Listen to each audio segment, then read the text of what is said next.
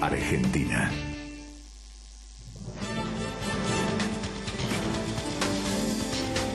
Seguimos en Código Político. Antes de conversar con el señor Cimadevilla, con el diputado Pratgay, les recordamos, en el estudio están Alejandro Fargosi, abogado, miembro del Consejo de la Magistratura, Jorge Rizzo, presidente del Colegio Público de Abogados, con ellos vamos a hablar de la reforma judicial, y está Guillermo Nielsen, que fue secretario de Finanzas, y nos va a tratar de explicar, para estas cabezotas un poco de difícil entendimiento que tenemos, de qué se trata el blanqueo y por qué dice él que es tan horrible. Bueno, respecto al tema protección a la prensa, uno dice, bueno, cuando se habla de libertad de prensa o de expresión, se habla de la libertad de las empresas. Digo, las empresas, los empresarios saben cómo cuidar su ganancia, que se ocupen ellos, y se ocupan, de hecho, de su renta. Cuando hablamos de libertad de expresión, hablamos no solo de la libertad de los periodistas para ejercer nuestra profesión de la manera honestamente más eficaz que podamos hacerlo, porque con una libertad que todos los días se construye, sino también estamos hablando de los derechos del ciudadano para informarse y para elegir de qué manera estar informado. Ese es el punto, me parece, que se está discutiendo en estos días. Ahora sí, diputado Pratgay, gracias por estar acá, senador Cimadevilla. Ustedes participaron los dos con mucho énfasis, por lo que uno ha seguido de las sesiones del Congreso en estas últimas semanas, del tema del blanqueo, del tema de la reforma judicial, y a veces da la impresión de que, bueno, la oposición, usted radical, usted de la coalición cívica, hace da su testimonio, da la pelea que tiene que dar, las mayorías elegidas por voto popular en el Congreso juegan del lado del oficialismo, y las cosas es como diciendo, bueno, ¿cuánto dura este trámite? Están discutiendo un día, 2 días, al final las cosas salen como quiere la presidenta. ¿Y después qué? A ver, esto del blanqueo realmente es preocupante, ¿no? Si usted lee la exposición de motivos de la ley, el Poder Ejecutivo plantea esta ley como que los argentinos tenemos una novedosa capacidad para eludir las consecuencias de las crisis mundiales. Mire, en los últimos años, Latinoamérica toda ha crecido y el precio de los commodities nos ha colocado en una situación inmejorable. De hecho, menos Argentina y Venezuela, todos los países de Latinoamérica han crecido, no han tenido cepo al dólar, ni ha habido la fuga de capitales que ha habido aquí. ¿Usted habla de los últimos cuántos? ¿2 años, 3 años? 4 o 5 años. Además, lo grave de esta moratoria, que esto es lo que tiene que entender la gente, que cuando había un blanqueo de capitales siempre apuntaba a fondos derivados de operaciones lícitas, pero no declaradas. Aquí esta ley permite que cualquier actividad ilícita permita lavar esos fondos. Narcotráfico, trata de blancos, coimas, todo va a poder ser blanqueado, porque antes uno rectificaba las declaraciones juradas, pagaba multas, no solo eso, sino a los evasores, a los que han delinquido, le vamos a dar instrumentos financieros. Pero frente a estos tenedores de instrumentos financieros, el Estado va a aparecer como deudor y además le vamos a pagar interés, le vamos a pagar un 4% de interés. Cualquier país que emita deuda en Latinoamérica emite deuda por menos de esta tasa de interés, ¿no? Es decir, eso sí, el que tiene todo blanqueado, el que está todo en orden, no va a poder acogerse a ninguno de estos beneficios. Es decir, acá si usted se equivocó en una declaración jurada, seguramente la AFIP a usted lo va a multar. Pero estos señores van a blanquear y no van a tener ningún tipo de multa. Es decir, el productor, hablan también una parte de la ley para beneficiar la producción. El productor vende hoy su cosecha a $1 de 3 pesos. O yo vengo de una provincia lanera. No le pagan el dólar con un dólar 10 pesos. No le pagan el dólar 10 pesos. Se lo pagan a 3 pesos porque cuando le aplican retenciones más al dólar oficial, y sin embargo alguien que tiene un dólar mal habido, viene y va a comerciar un dólar Esto va a facilitar el blanqueo, mire. Es decir, no va a haber que ir a ver a El Ascar, no va a haber que ir a ver a Fariña, no vamos a tener problemas de aviones, no vamos a tener todos estos inconvenientes que han tenido para lavar. Con esta ley lo van a poder lavar perfectamente bien. Pratgay, ¿cómo se ve el tema del blanqueo y de algún modo el tema alrededor de la discusión de la reforma judicial? Porque otro tema que está planteado es si hay elección de consejeros para la magistratura, si la oposición tiene que presentarse o no, si va a haber una lista única, y sé que ustedes están trabajando en esto. Sí, usted preguntaba hace un rato qué vamos a hacer, ¿no? En el caso concreto de blanqueo no llegó a diputados todavía, pero nosotros ayer hicimos una presentación en la que estaban prácticamente todos los bloques de la oposición, y nos comprometimos a, primero, cuando tengamos el número, derogar esta ley que seguramente va a aprobar el oficialismo, y segundo, investigar a todos aquellos que entren al blanqueo que puedan tener conexión con el oficialismo. Esto se entendió, se tradujo, bien o mal, usted me dirá, como que los diputados de la oposición dijeron, bueno, y cuando, si algún día recuperamos mayoría, como tuvieron entre 2009 y 2011, vamos a anular la ley y además vamos a decir quiénes entraron al blanqueo, ¿es así? No, eso no se puede por el secreto fiscal. Claro, porque esto es lo que sale hoy la FIP a contestar, y Echegaray dice, no, eso no se puede porque hay un derecho adquirido. Claro, la FIP sale a contestar eso, no solo... Solo para la chica de la inmobiliaria que criticó el cepo cambiario, entonces le sacaron a reducir todas sus cuitas fiscales, ¿no? Sí, algunos otros también. Por eso. Para algunos sí, para otros no. Nosotros lo que decimos es que cuando haya un cambio de gobierno y la FIP esté en manos de un funcionario político que responde a algo diferente del kirchnerismo, sin violar el secreto fiscal, nos vamos a tomar el trabajo de mirar quiénes son los que entraron a este blanqueo. Porque este blanqueo, en la lista de las personas que no pueden participar, son familiares de funcionarios o los funcionarios. Pero está diseñado de manera tal de que es bastante fácil que un testaferro entre al blanqueo. Es más, yo no quiero entrar en el detalle de blanqueo, porque nosotros de la coalición cívica siempre estamos en contra de un blanqueo, porque entendemos que es inmoral y porque entendemos que es faltarle el respeto y tomarle el pelo a los 40 millones de argentinos que trabajan de día a noche para poder pagar sus impuestos. Y mucho más en estos momentos donde la presión tributaria es más alta que nunca, ¿no? Pero en el artículo 4, si ustedes se toman el trabajo de mirar, hay dos formas que tienen los evasores o los narcotraficantes, como bien decía Mario, de ingresar al blanqueo. Una es a través de una transferencia bancaria. La otra, Julio, ¿sabe cuál es? No. La bolsa. La bolsa está de moda ahora. Bueno, pero no es porque está de moda.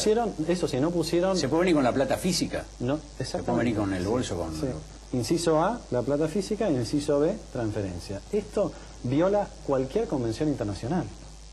Cualquier convención internacional. Pero eso no... La verdad que uno no reparó en eso. Bueno, entonces no solamente es inmoral... Digo, eso ya es una plata que no se sabe incluso... No es que viene ni siquiera de otro banco. No se sabe dónde viene. O se supone. Se supone, bueno, uno puede imaginarse, pero en otros países suceden los blanqueos, esto también dijo la FIP hoy, y la FIP dijo en el 2009 no hubo ningún problema porque estuvo de acuerdo a las reglas internacionales. Este seguro que no está de acuerdo a las reglas internacionales. Tampoco funcionó mucho el del 2009, ¿no? Bueno, fueron 4.000 millones de dólares. Se declararon, pero ¿cuántos vinieron al país? 600, bueno, 650. pero desde el punto de vista fiscal hubo 4.000 millones de recursos que no pagaban impuestos, que se les abrió la puerta y dijeron, bueno, ustedes están en regla. Ahora es cierto, la desesperación es mayor, porque no solamente hay que exteriorizar, como dice Echegaray. Esto es decir, lo tengo. Hay que traerlo. Ahora, yo lo que quiero marcar es la desesperación de Echegaray, que frente a un anuncio muy contundente de la oposición, tuvo que salir hoy a volver a pedirle de rodillas a los evasores y eventualmente a los narcotraficantes y a los que consiguen su dinero con trata de blancas y con tantas otras actividades ilícitas. Por favor, señores, no le hagan caso a la oposición, eso no va a pasar, vengan, ¿no? Ahora, hay que preguntarse por qué tanta desesperación. Y la desesperación va un poco en línea con lo que decía el senador, de que este es un modelo que está absolutamente agotado, que las reservas caen a un ritmo de 1.000 millones de dólares por mes, que nadie le presta plata a Argentina, aunque podría prestarle si hiciéramos las cosas bien, y que el único bolsillo al que ahora puede recurrir el gobierno es el bolsillo de los dólares negros, ¿no? Bueno, a esto se ha reducido el modelo nacional y popular, ¿no?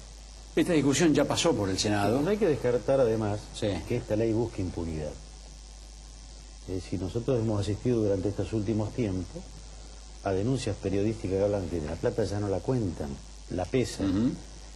Y la corrupción está metastizada en todo el país.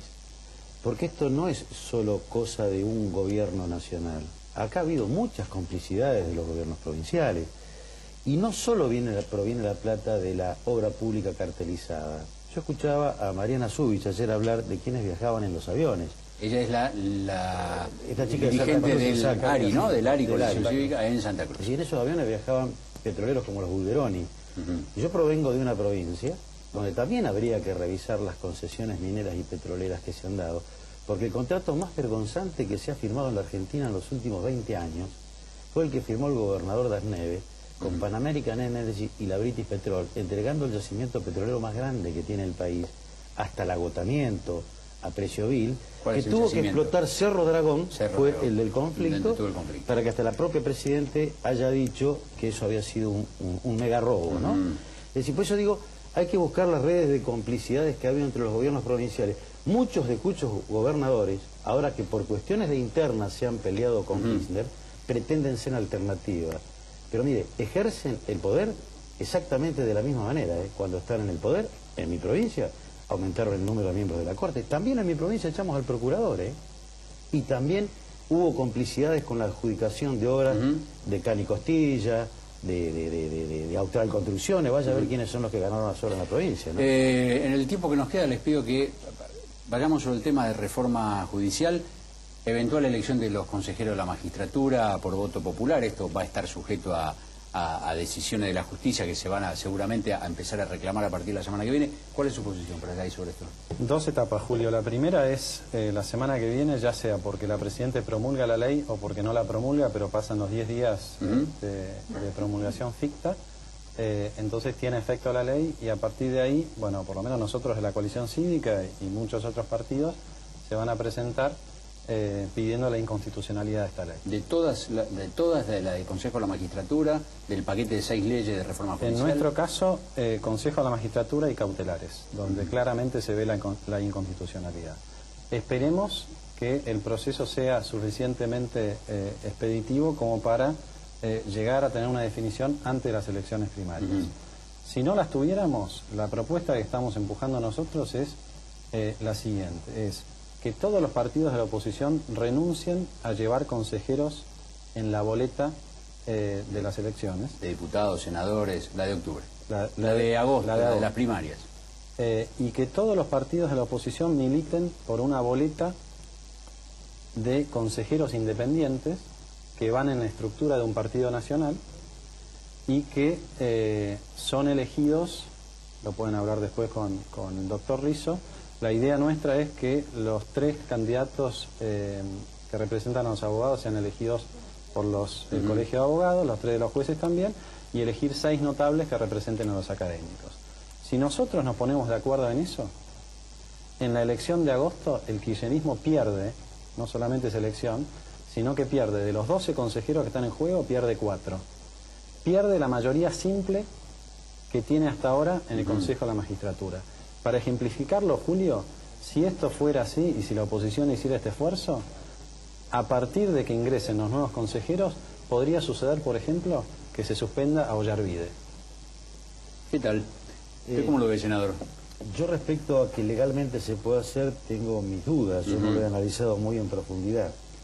Pero además en esto yo creo que hay que ser coherente. Si nosotros hemos estado sosteniendo que no puede haber un consejo de magistratura con mayoría de quien gobierne el partido que gobierne, yo creo que si nosotros elegimos consejeros de la magistratura y llegáramos a ganar, lo que tendríamos que propiciar es la derogación de la ley. Porque si nosotros hiciéramos asumir a quienes ganaran, la mayoría podría ser nuestra y estaríamos cometiendo el pecado que condenamos. No sé si soy claro. Sí. Pero entonces usted dice, hay que presentar candidatos y después... Yo tengo mis dudas. Te tienes dudas. Yo creo que no. A ver, si puedo... Yo tengo mis dudas, no sé si hay que presentarlos o si bien presentarlos, pero que sea como para plebiscitar la ley. Si ganamos, que la ley se deroga. Pero no quedar y convalidar un consejo que pueda tener una mayoría del poder político. Porque el poder judicial es contrapoder, tiene que controlar el poder político. Si no, cometeríamos el pecado que condenamos. Okay. Yo creo que habría una incoherencia, Julio, con el discurso político de todo el arco opositor cuando dijimos que no hay que partidizar la justicia, que no hay que politizarla, que no hay que colgar los candidatos a la magistratura de la misma boleta. Exige una renuncia, por supuesto, cada partido con una boleta corta, ¿sí? Bueno, creo que es la renuncia que pide la hora en estos momentos. Y es absolutamente... Usted dice que eso sería sin candidatos políticos, sino académicos y candidatos... Bueno, en una sola lista, es un frente por la justicia. Esto sí llega a haber elección. Esto sí llega a haber elección de consejeros. Si se convalidara la ley judicialmente. Pero no podemos quedarnos de brazos cruzados, porque todos esperamos que la Corte Suprema decrete la inconstitucionalidad o falle en contra de las leyes. Pero podría no suceder, ¿no? Y después llega agosto... ¿Y qué vamos a hacer? Hay algunos dirigentes opositores que dicen, no hay que hacer nada, hay que votar en blanco, no. Bueno, entonces que le damos, el kirchnerismo va con 2 listas y se queda con los 12 consejeros. No, me parece que tan inocentes no podemos ser, ¿no? Esto sigue. Sí. Gracias a los dos por haber acompañado esta noche. Julio. Una tanda cortita, cortita, y nos encontramos con Guillermo Nielsen para hablar de el blanqueo que viene, porque viene. pero vamos a hablar de eso. Ya estamos.